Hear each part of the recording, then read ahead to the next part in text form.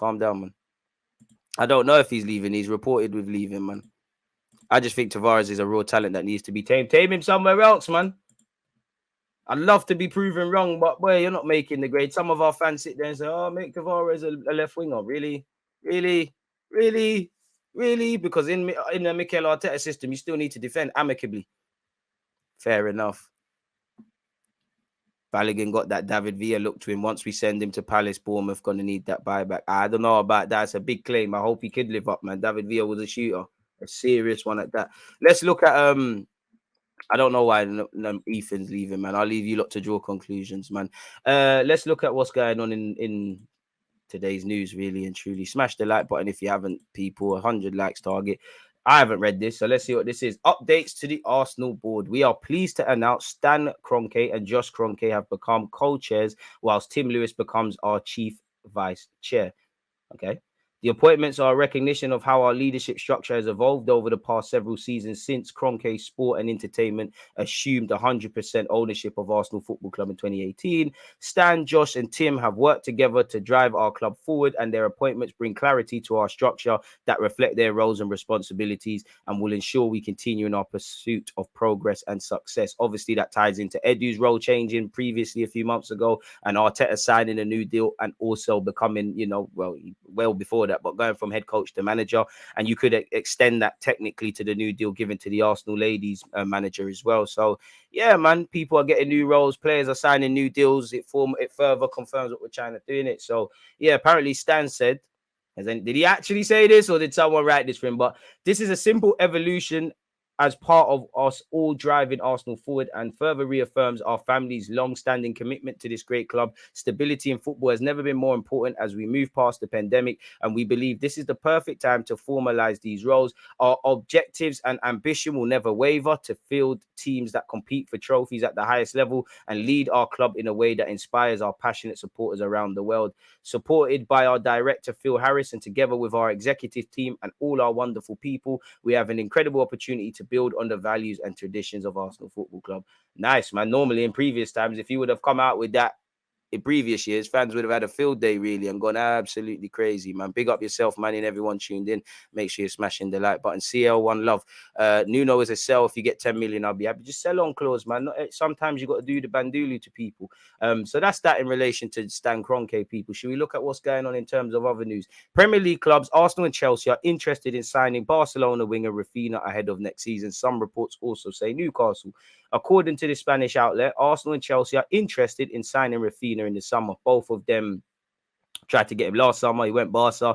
They've got Mudryk. We've got Trossard. I don't know who Mudryk is. Never seen him play. Has he played a Premier League game or done anything? I know about Trossard's 3 assists though, but fair enough. The 26-year-old has not lived up to the expectation in his first season at Barcelona. Despite that, there's still a lot of interest in his services, with the 2 London clubs ready to pay 70 million euros for him. Is he worth 70 million euros? Off what he's shown at Barcelona at the moment, probably not, even though of late he's found his form, in my opinion. Obviously Barcelona are going through some financial issues, and every week there's a bit of drama. So on top of both clubs being interested in him in the past, and obviously with what Barcelona are doing off the field, maybe this is a bit of creative journalism, people. Raphinha came into the light after an impressive spell at Leeds United in the Premier League. To be fair, he did all right at Rennes as well. His performances attracted a lot of interest, and the Catalan giants Barcelona managed to strike a deal for his services last summer. They paid 60 million euros to sign the 26-year-old, beating Arsenal and Chelsea to his signature. This is all assuming the player wants to give up on his adventure at Barca. And are they in, be fantastic business, but are they in a position to make a profit? 70 million is too much. It's euros, so what's that, about 60 odd? Ironically, I'm not saying this right, but that would surely be cheaper than what you would spend on DRB or any of these guys that other guys have been linked with. They have been in a financial crisis for a while now, and Barcelona will not be able to spend on signing reinforcements in the summer unless they make some big sales. They could thus look to sell the 26-year-old and raise another 70 million euros. That is just 10 million more than what they spent on his services. So you could probably imagine, him, Fatty, quite maybe Kessier. A lot of people are going to be linked with moves away, really, for Barcelona. If they want to get closer to Real Madrid, they're going to have to. Raphinha is so overrated, it's a joke. Stunk up the World Cup as well. Raphinha's departure will give them some air to work for new arrivals ahead of next season, blah, blah, blah. Meanwhile, London clubs Arsenal and Chelsea are keen on a 26-year-old who has 18 goal involvements in 37 outings this season. Chelsea were interested in his services last summer but lost out on him. They're willing to return to the table in the upcoming window. I mean, how many players, let alone attacking players, do Chelsea want or have on the books? So surely they'll have to pattern things. But we'll have to offload a few players before they can make a move for the Brazil international. Smash the like button. Meanwhile, Arsenal, who are currently leading the race for the Premier League title, are also keen on signing Raphinha. They are all set to return to the Champions League after 7 long years and want to add more firepower to take the next step under Mikel Arteta's leadership. Arsenal were interested in signing Raphinha in January from Barcelona, but they could not meet Barcelona's financial demands. However, they are set to return in the summer, and it'll be interesting to see if Raphinha wants to return to England or stay in Spain for another season. I reckon he picks the latter. Barcelona are very happy with Raphinha, but let's see what happens with FFP, says Fabrizio Romano. And then again, there's some statistics saying that he's kind of found his form of late, people. Apparently, he is now the second joint top goal scorer at Barcelona after Lewandowski, moving on to 9 goals and 9 assists for the season with 18 goal contributions in 37 games. He is averaging just under 1 every 2 appearances. His winner against Athletic was the second in successive weeks, both from Sergio Busquets' assists. So yeah, people, he seems to be finding his feet. Would you want to give up at this moment? Broski is saying Raphinha is not my broski and he doesn't want him at the carpet. Fair enough, but that seems to be that really. Big up Pep Guardiola, you know, he said he's speaking to Sky Italia. Napoli are perhaps the best team in Europe this season in terms of playing style. They are close to Arsenal. Then Milan are back, Inter are back too. So, yeah. We spoke about this, and check out my other videos, people, on my platform, my playlist, my other videos, all of these things. I don't believe the Raphinha links. I do think there's an admiration. I do think if he was available, then Arsenal might listen, but it's a myth now, really. We tried to get him. It was a myth then. Inter Milan are struggling financially and could be forced to accept a lower fee for Arsenal target Denzel Dumfries than they expected. Sources have told Football Insider that a bid of between 40 and 50 million could be enough to prize him away this summer. We did try and get Fresneda. Big up Charlie Patino. He played 83 minutes, people, and provided 2 assists in Blackpool's 6-1 win against QPR. Love to see that, man. Big future. Bukayo Saka has said he don't need any rest, people, but sources have told ESPN, as is the case with many clubs, Arsenal have been in regular dialogue with the referee bodies PGMOL after most matches this season, and the fouls and unpunished fouls on Bukayo Saka was mentioned in those conversations. No to Dumfries. It doesn't make sense to me. He replaces Saka, right? Can't have another £70 million player on the bench. City got that. So I could argue we need some top class players to fight for spots and that, but I wouldn't advocate that for the reasons you're saying. It's Saka's road to lose, really. What happened to Fagundo Torres and Trusty? Trusty's over there in Birmingham. Fagundo Torres signed a new deal at his club, innit? One love for the super chat. Kroenke made £2.2 billion profit on Arsenal. He needs to give Edu and Arteta a bigger budget. I hear that, but if they've tried to go over Raphinha, tried to spend money on Vlahovic, tried to spend the bag on Mudryk, then he has given them money. He's given them the funds to give Aubameyang a new deal, then tear it up. But, you know, give Willian a costly deal, then tear it up. So as I said earlier, I do agree. You know, we'd love to spend a lot more money, even though we've been spending it. But any successes or failures in the transfer market has been because of Edu or Arteta, rightly. I mean, if they signed him, I wouldn't be against it, really, because in theory, you want to bring players that are better than what you have. And I'm not saying Raphinha is better than Saka, but if there was an Alexis Sanchez out there that could sign for us, whether you're going to play him on the right, probably on the left or up front, I'm not going to say no to it. We need curtain raisers. And look at City. Obviously, we're not going to spend the money like City, but they've got big players that would be idolized and worshipped, playing week in, week out, other clubs on the bench. Grealish was £100 million man on the bench. He fixed it up. Golden boy Phil Foden, you can play everywhere. They've got the same. So we're gonna be in that scenario. Of course, I would rather us sign someone that's a bit more cut price, someone that has scope to grow and things like that. But if we're looking at curtain raises, it is what it is. Don't believe Dumfries not good enough on the ball. To be fair, I don't think he's good enough defensively. I think he's better there. I wouldn't mind Tomiyasu as a centre half. I don't think we're getting Raphinha as well, but don't shoot the messenger, man. Patino, Trusty, Miles Skelly need to be in the preseason tour, give the kids a chance. So yeah, man, it is what it is in that regards. What else? Mikel Arteta is apparently undecided about letting Kieran Tierney go, but 35 to 40 million could be enough for Arsenal to sell. Newcastle have a genuine interest, and watch out for Aston Villa and Monaco too, says Ben Jacobs. People, I think we're all bored of hearing about this. Is this the? Oh, you can actually look at this. I thought this was the one behind the paywall. So yeah, man. Apparently, Ben Jacobs also said Tierney ideally wants first team football, and that he was also encouraged by Arteta to fight for his spot. 40-50, it is what it is. Tierney held face-to-face talks with Mikel Arteta to better understand his future and was encouraged to fight for his place, so an exit is not guaranteed. Even Arteta is still undecided whether to let him go, but it will also come down to whether Tierney is satisfied to be a squad player. If Tierney says, I want out, then I think he's gone. If he doesn't, then it's cool, innit? Arsenal would demand a fee in excess of the 25 million they paid Celtic in 2019. 35 to 40 million is probably the starting point, especially given Tierney is healthily contracted until 2026 and is about 25 years of age, so there's longevity. Let's not forget he was Real Madrid linked for 50 million only a year ago. Newcastle's interest is genuine. Left back is an area Eddie Howe knows he needs to strengthen. I am told Tierney ideally wants European football. You'd imagine Newcastle of some capacity get that, which should rule out Aston Villa despite some links. Villa boss Unai Emery was the manager who brought Tierney to Arsenal, so it's natural he's keeping tabs on the situation. We need to sell him and put a sell-on clause as well for what it's worth, and hold clubs to ransom. If we try to buy Tierney from Newcastle or Guimaraes, if he was there, they're not going to cut us any favors, and Newcastle are going to be rivals for Arsenal in the next few years. And obviously, they've got longevity in the player, and look at the project they're doing. Keep an eye on Monaco as well, especially if Kyle Henrique leaves. There are suitors tracking the Brazilian despite him signing a new deal last summer until 2027. Nothing has been discussed with Juventus despite suggestions Tierney could be offered as part of a swap deal for Manuel Locatelli. Arsenal inquired about Locatelli last summer, but were told he wanted to stay at Juventus. Nothing has changed. Juventus's obligation to buy kicks in this summer, and even if forced to sell players, Locatelli isn't one they want to lose. So cue the Vlahovic rumours. Apparently we did the same with Milinkovic-Savic. So we'll have to see how that one specifically develops as well, people. But beginning to close some of these. Wish I didn't close that one, actually, if I'm honest with you. That's for us in a second. Arsenal have been monitoring Moussa Diaby for the last 2 years, and a summer deal could depend on offers that come in for him, but there could also be interest from Newcastle and Paris Saint-Germain. Well, he's a French lad. Why not? Real Madrid have joined Arsenal and Liverpool with serious interest in a transfer for Ajax midfielder Mohamed Kudus. Allegedly, the Ghanaian could even replace Karim Benzema in La Liga. That is according to Sport, which reports that Kudus has mesmerized Real Madrid since the 22-year-old moved into a false 9 role at Ajax. Galacticos chiefs admire his versatility and threat in attacking areas.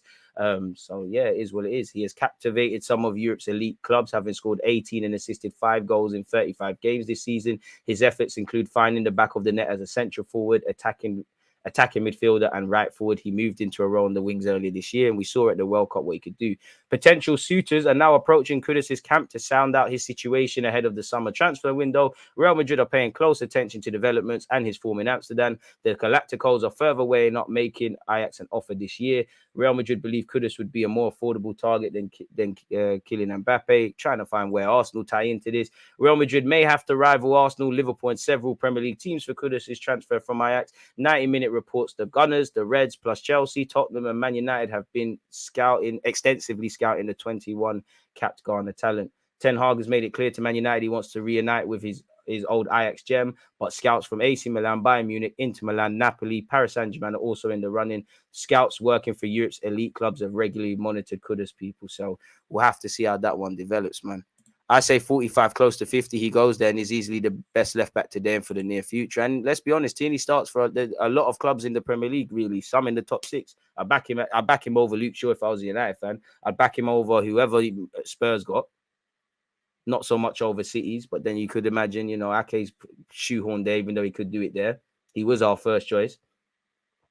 Not probably playing ahead of Robertson, give or take. We got the best Scotsman. And you start at probably a lot of other Premier League teams. This ain't me to gas him up. This is just me to say, let's get what's worth. The only thing that could knock it down, if I was a team trying to buy Tierney, he's not really playing. You're playing the centre mid left back ahead of him. He's got an injury record. Boy, it is what it is. Trusty sucks. Bit harsh. Keep your thoughts coming. Smash the like button. Let's keep it going. Simon Jordan explains why Zaha missed out on dream move to Arsenal. Scrolling all the way down. Wilfried Zaha hasn't put himself in the way of a big challenge in football, but the reason why is that Crystal Palace were not prepared to let Arsenal walk in the door and pay 30 million for a player who is worth twice that amount. Fair enough. So that's why that didn't work out. Cool. Premier League star still hopes for another top club move following Arsenal transfer hint. Brighton midfielder Moses Caicedo is still hoping for a big move in the summer transfer window following a fresh hint from the player that he's keen on joining Arsenal.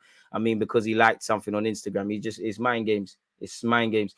Some Arsenal fans are getting excited about Moise Caicedo, liking a post about the win over Fulham. But I don't like to read too much into things like this.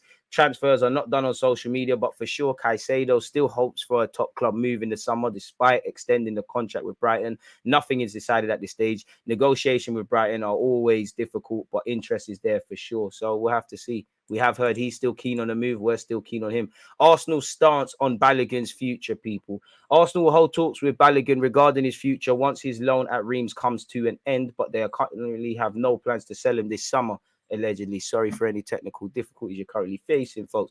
Allegedly, the 21-year-old has spent the season on loan in Liga with Reims and has so far scored 16 goals in 26 games, 17 in all comps.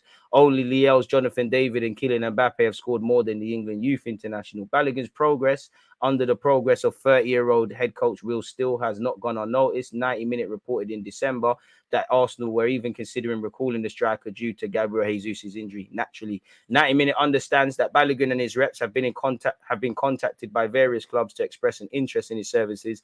Whether that correlates to a bid is completely different. But as it stands, Arsenal are not in a hurry to cash in on him and will discuss his situation upon his return to North London this summer, which I think is good. Indirectly, we're probably drawing up what we need to, but there's no point. Obviously, he's looking towards Arsenal, but you owe it to everyone connected with where you are at your current club to just focus on that. Really, obviously, he's got one eye towards Arsenal, but just focus on what you're doing at Reims. Anything that happens or doesn't happen will happen in it, really. So we'll have to see. Really, I think everything's up for debate. As many titles as possible. Player hints that Wolves' exit has big plans for the summer. We've been linked with Ruben Neves, and apparently he's had to say this on his future. I'm extremely happy here at Wolves, but obviously in terms of my career, I'd like to play in the Champions League. It's one of my goals to try to win as many titles as possible before I finish my career. That is a goal of any player, to be able to play in the biggest competitions in the world, to be able to play at the highest level. He ain't done that since Porto. His contract expires in 2024. He was linked with Barcelona and Man United, and us. Don't know what will happen there, people, but we'll have to see in it, really. So closing all of that. Chelsea players offered himself to another club at London meeting, intends to leave the Blues. We were linked with Kovacic. I'm having Kovacic, people. Apparently, he's been speaking with AC Milan, having played for Inter. So we'll have to see how that develops. If we're going to continue our theme of buying off Chelsea, Kovacic is allowed.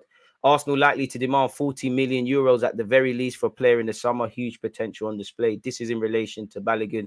Credited, as you can see, Inter Milan and AC Milan. AC Milan needs strikers. Inter Milan needs strikers.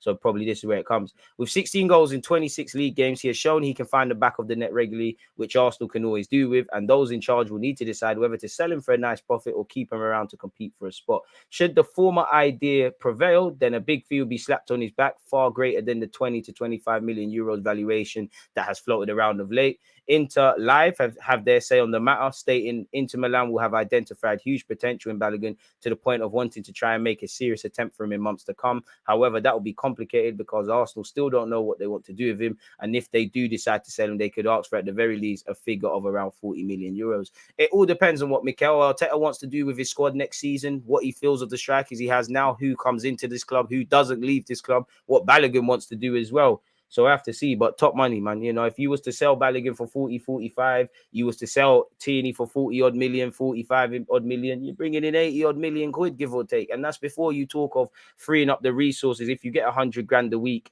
Cedric off the wage bill, you get Pepe's wages off the wage bill, Marie the same. We're all Monza fans for this season. Hopefully they stay up, and any other players, really. And, let's just transfer fees or profits and wages.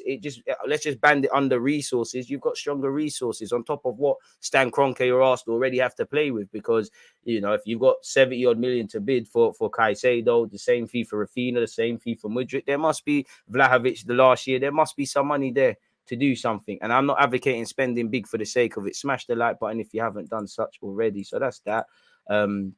We made it happen. Agent details how Edu jumped to secure Arsenal signing. Second guy that's come out, Trossard's agent came out and said that his agent said, basically giving details on how the move to Arsenal came to light. 2 days before the transfer window closed, we saw that Chelsea worked to sign Enzo Fernandez. Edu Gaspar wanted the boy, in brackets Jorginho, so we made it happen. A new project. He did very well at Chelsea, winning a lot as a team and personally. So there you have it. And then when asked if there was requests from Italy, Santos, his agent, said, not for January. We had talked to some teams for July. Fair enough, but he's our player now. Doesn't seem bothered. Arsenal man's attitude slammed, getting worse and worse. Boy, This is in relation to Nuno Tavares. Tavares is getting worse and worse. Marseille as a whole are less performant, but certain individuals are too. It's the case of the Portuguese, who frustrates both in his choices and his attitude. On the left, he often made the wrong choices, lost 25 balls through poor passes or wrong runs. When I say it, people say I got an agenda. Just happened to be watching Marseille. He crosses to the front post when Milowski is free at the back post. Decision making in the final third. It's overrated. The worst remains his attitude. I don't know for his attitude. I think that's harsh. He is nonchalant defensively. He jogs and doesn't seem bothered. He's at fault for the first goal, not watching the ball and allowing Ahmadou to shoot. On the equalizer, he allows the cross too far from his man and his lack of aggression. I mean, I don't think there's anything to, unless Tavares wakes up tomorrow and defensively he's amazing, there's nothing he can help Arsenal with. Everybody talks about Saka needs rest. He needs rest. There will come a point where he does, but I can sleep for the rest of the summer. Bukayo Saka dismisses burnout concerns with Arsenal star facing a potential 63 match season. Sesson really had to do that, but then again, you look at it ended at the end of their year. End of their career. What happened there? I'd say mentally, I'm just happy to be on the pitch. If I put it to you this way, would I rather be injured or on the pitch? I want to be on the pitch. If I ask myself when I was younger where I want to be, and it was on the pitch, playing for Arsenal every week, competing at the highest level, I'd take it. So I'm happy. I just want to continue to push to the end of the season. Then in the summer, I can lock myself in my room and sleep for the rest of the summer, people. Shout out Bukayo Saka. Make sure you sign a new deal, really and truly. So that's that. Again, I get kicked a lot, but I'll never complain. I just want to improve for Arsenal. Saka said some more stuff. It can mean you're a top player, but at the same time, I'd prefer other compliments. I'm sure you would, but you're a marked man now. You're a known hitter. People know me more now. I've played more and more football, more and more at the higher levels as well. So they will know more with my game. They will know more what my game is about. So they'll be setting up plans to stop me, of course, and foul me and stuff like that. It's normal for most wingers. The same happens for most other wingers in our team and the league. When they play, I just have to keep adapting, learn how to play 1 versus 1 or 2 versus 1 or 3 versus 1, whatever it is. Just keep developing. That's the beauty of the game. There's always going to be something different every week. It's about me trying to break it down and ultimately winning the game. Big him up. I can't come out and start complaining that I'm getting fouled. It doesn't make sense. I'm not going to get anywhere with it. Arsenal have had meetings with... Sorry, Arsenal... This video is putting me off. Pause that. Arsenal have had meetings they need to have with referees and stuff like that. I feel like we just take it from there and see where they get us. The way I play, I'm always going to attract contact. I watched Alexis Sanchez a lot growing up. He was a special player. I loved many things about him. That's one of the qualities he had. He always got up fought to the end. You could say I took that from him. But at the same time, I have my own goals and ambitions. That's also part of my drive. Fair enough. Wise words. He's talking about the types of balls I receive as a winger. If you receive the ball on a touchline with your back to the defender, even if I'm a defender, I'd do the same. Come in straight and fast, close you down. So, of course, there's going to be a lot of pressure and a lot of contact. I think he's talking about those types of balls, the types of balls where I don't have much space to maneuver and the defender can close me down really quickly and be really aggressive. And he talked about his finally, Saka talked about his targets. He said, I'm not going to say if I'm close to, but no, I haven't hit them yet. In football and in life, I've matured a lot. 20 league goals, 20 assists. Same for Martinelli. Same for Smith-Rowe. Same for you, Martin Odegaard. At least 10 goals, 10 assists. If you could get 20 league goals, which Saka, you're on 11 or something now? Get as far as you can with 11 games to go. I know it's a difficult one, but yeah, you've already bettered your statistics last season, so he's getting better and better. I'd say definitely in my game, I'm a much better player than when I made my debut. I'm a much smarter player as well. I'm stronger, and I feel like there's a lot I've had to deal with, different pressures, situations, and it has made me more mature and to understand how I deal with it. Again, I don't put words to myself. I just see myself as constantly trying to develop. No matter the age, I still want to improve. I still have a lot to improve. I just want to constantly keep getting better and keep delivering top performances every week. That's the standard I set myself. So proud. Apparently Liverpool are involved where it comes to Declan Rice, people. I don't care enough to read that. More on Arsenal keeping an eye on an alternative to Declan Rice. But didn't we hear Declan Rice is the number one target? We then have our eyes on Zubamendi based on reports. And then it's Caicedo. And they're going to price him out of a move, really, which is calm for Brighton. Specifically, though, the Evening Standard said, I feel like Arsenal's priority is going to be Declan Rice. But if you're looking in a year's time, Jorginho will be out of contract. Mohamed El Nene will be out of contract. And suddenly that number 6 position again with Thomas Partey being a year older looks like it needs filling. So I think he's a player Arsenal will keep an eye on. But for the summer, I would say Rice is the priority. Fair enough. There you have it, really. Big up Zinchenko. You look at his progressive carries, people. This has no relevance to the video, but the man's everywhere. Like, he's everywhere. Predominantly down the middle and down the flanks, people. Everywhere. Right centre mid settings as well. What a player he has been for Arsenal Football Club. Completely irrelevant statistics as well while we're here, people. There's no doubt Arsenal have got themselves in a good position. When you look at league finishes, people, boy, I'll leave you lot to look at this. We don't know quite where we're going to be here. I think you need about 80, 90 points if you want to win this league table. Since his Premier League debut in September 2020, no player has scored more Premier League goals from corners than Gabriel, with all 10 of the Brazilian strikes in the competition coming this way. Kane also has 10 people. Gabriel scored in 3 of his 4 Premier League games against Fulham. He now has 10 goals for Arsenal in all comps. Boy, has Hudson-Odoi got 10 goals for Chelsea? His peak. Matisse, 2 p.m. on you. Arsenal Premier League goals scored this season. We have 62. Last year, we only got 61. The year before that, 55. And the year before that, 56. My word, we were really struggling. Arsenal have equaled their longest run of consecutive Premier League victories this season, 5 in a row. Keep it up, lads, people. Really. But getting back to this transfer news and wrapping up this transfer segment of our live stream, smash the like button and subscribe if you haven't. Arsenal slapped 35 to 40 million pound price tag on Kieran Tierney, according to Ben Jacobs. Arsenal are interested in João Palhinha of Fulham. Ramsdale wants to become a club legend at Arsenal. I spoke about that in the last stream that I did. Make sure you check that out and the cut up clips. Arsenal interested in Jonathan David, allegedly. Arsenal remain interested in buying Leverkusen's Moussa Diaby, and this says Arsenal remain interested in signing Moussa Diaby from Leverkusen in the summer. But Moussa Diaby's agents are in contact with Arsenal to try to work out a deal for all parties involved, and there is solid interest from Arsenal, allegedly. Arsenal interested in Sasha Boy from Galatasaray. As I said, Arteta allegedly prefers Zubamendi over Caicedo. Mohamed Daoud on a free transfer, allegedly. Fabrizio Romano has ruled out Arsenal moving for Osimhen. I don't have it confirmed as of now. Arsenal have Gabriel Jesus and Ketia Balogun, and also Osimhen's price tag will be really huge. I think Arsenal have different priorities for this summer, including a new midfielder. Reece Nelson has been linked with Brighton, Newcastle, West Ham, Crystal Palace and Brentford, as we don't know if he's going to sign a new deal. We've heard it before. Allegedly, we've held talks with Asensio about joining us on a free. We're still interested in Caicedo despite a new contract. We're interested in Locatelli. You can forget about that one. We've registered interest in McAllister. Fabrizio has played down rumours of us going for Lavia of Southampton, people. I feel like I'm missing out something. So there's that. I feel like I'm missing out something, people, in relation to Sergej Milinkovic-Savic. You know. Don't appear like there's nothing in relation to Sergej Milinkovic-Savic. Let's say the last 24 hours. Or just recently. Nah. So we must have already gone over that. Either yesterday or something. Maybe I'm seeing double or something, people. So yeah, ignoring that. That seems to bring a close to the transfer news segment of our live stream, people. So yeah, big up you lot, top conversation, etc., as usual. Keep your opinions coming. I've been airing you lot for a hot sec, so let's get back into what you lot have to say, people.